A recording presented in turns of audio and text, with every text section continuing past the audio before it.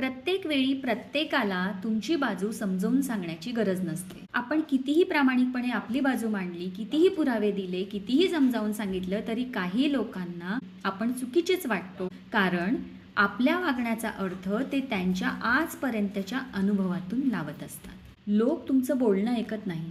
ते त्यांच्या अनुभवातून तुमच्या बोलण्याचा आणि वागण्याचा अर्थ काढत असतात.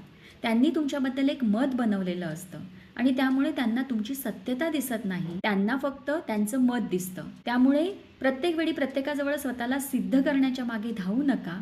काही लढाया जिंकण्यापेक्षा त्यातून बाहेर पडणं जास्त शहाणपणाचं असतं.